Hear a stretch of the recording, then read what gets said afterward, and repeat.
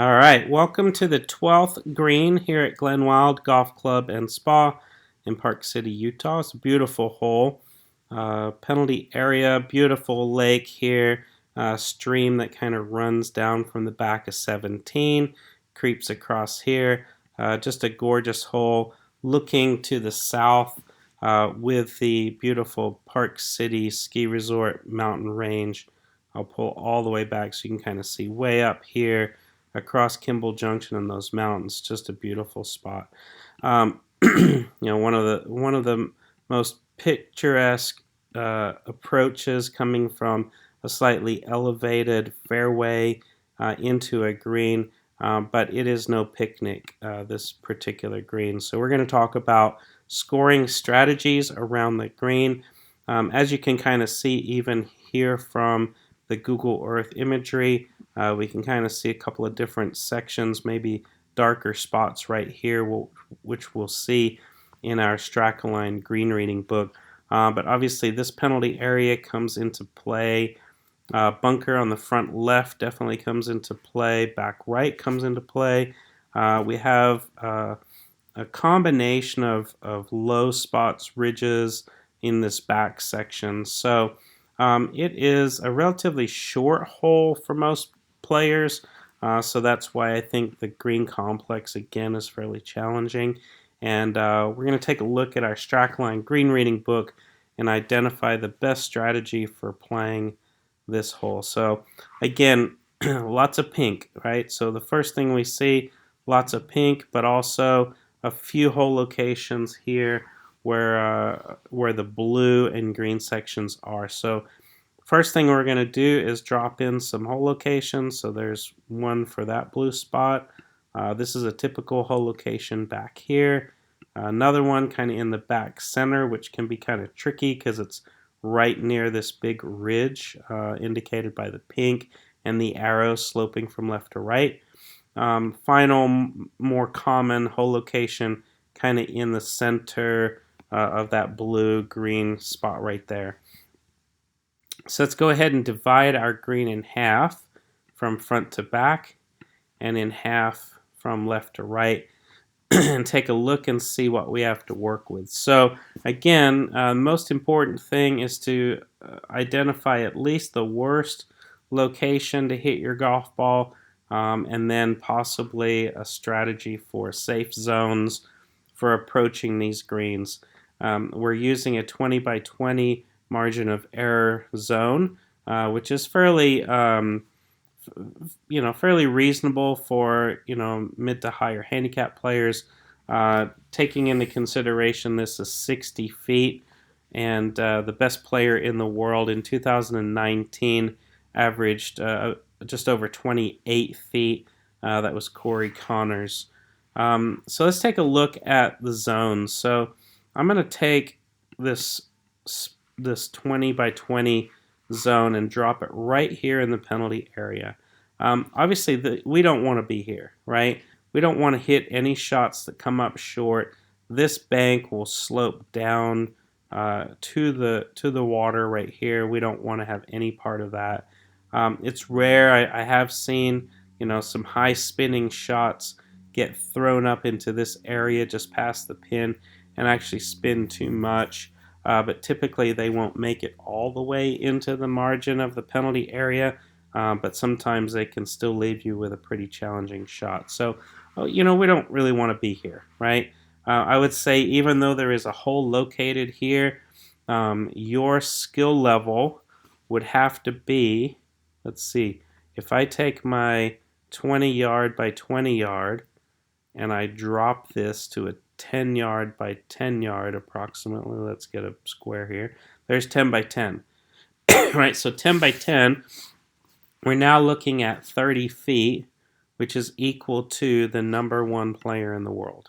Right, now, if I were to drop it here in the center of this fat section, that's doable. Right, but again, we're talking about the best player in the world averaging this proximity from all shots, not necessarily just a 100-yard shot, or he may even have a 60-yard shot into this green if he was playing Glenwild. But again, it's still a very small target. So this particular hole location over here can be very challenging. So let's expand us back out to our 20 by 20 because we're dealing with a pretty conservative strategy for scoring. Our quadrant up here in the back right, yeah, let's not hit it up here. This would not be good, right? This bunker up here can cause tremendous trouble. If you hit your ball in this bunker and you're not as skilled of a player and you throw it out here onto the green, that could roll all the way down into the penalty area, or at least off the green, and give you a very challenging shot from there. Let's say the front left quadrant, we do get a couple hole locations down here, but it also brings in this front left bunker. Okay, so again, like several of the greens in this series, I think we're able to identify that we have a safe side, right, which may be this back left section, which actually almost includes 3 of the 4, possible hole locations. So I would say this is generally your easiest location to save strokes from. We even get a little bit of a friendly help from this hillside, this ridge that kicks us this way. And what becomes a challenge for a lot of players is this big pink ridge. Now it sits very sharply sloping down in this direction. So I think, when I see people kind of make a mess of this hole, a lot of times when the hole is located somewhere on the left side of the green, right? So if we just pull out front to back and we just divide this green for a left side and a right side, one of the challenges when the hole is on the left side, I see players trying to hug this line a little bit too closely. It catches that ridge and ends up down here because they're aiming at these holes that are located right down the center of the green, and they push it a little bit to the right or pull it for a lefty, comes down here, and now they've got a little bit more of a tricky putt coming back up the hill, right? This is a pretty severe drop-off from left side of green to right side of green, which then creates a pretty difficult putt from here. So I'm going to say if we divided this again back into our quadrants, it doesn't really help us to identify, where we should hit it, other than looking at the back left as a possible option for most of the holes that are located on the left side.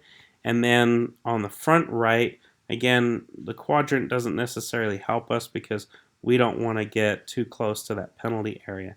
So I'm going to pull it from a quadrant into halves, and I'm going to fudge the left half just over the bunker to the back of the green, right? So if I put my arrow here, I'm going to say this is your location, your safest location for every single time you play this hole.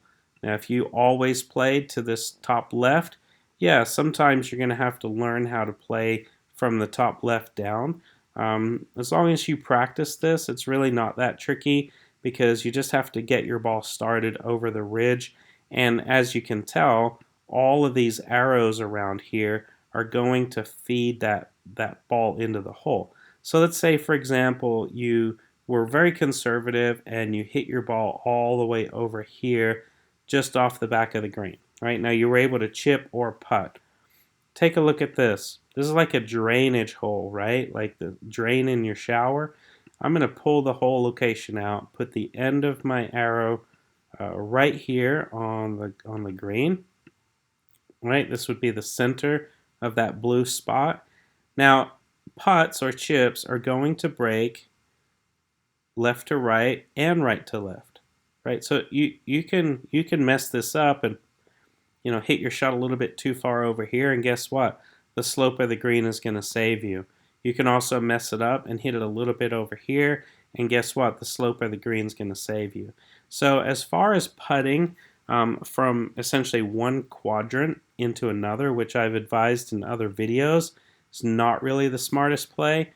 If you had to go from one quadrant to another and experience an easy shot to execute, this would be it, right? So I'm going to say if I played 100% of my approach shots into this back left area, this would be my safest scoring area. And on occasion, if I played one down here into this front section, I'm definitely not playing front right. If anything, I'm playing more center right. So if I were to move my arrow and indicate where I would actually kind of try to hit my shot, it would be just past the pin, right? But again, you would have to have a shorter shot in, something that you had really good control over, that would give you the risk-reward element here, where taking that risk could potentially produce a birdie or a par save if you chipped it over there. So let's take a look at the green complex, and we're going to drop in our safe zones. Our number one safe zone, where we should be trying to hit every single shot, we should be trying to land it past the bunker, maybe just past the middle of the green, right in this area right here. We want to land it there, and if we can keep it there, if we have a short club, we could probably do that. But if not, and that ball rolls off the back of the green, no big deal. It's going to produce probably our easiest chip shot from there. Our second safe zone, risk-reward safe zone, is right in the middle, right in the center of the right side of the green here. As I was able to indicate, we have essentially like a toilet bowl effect, where all the water is draining kind of down.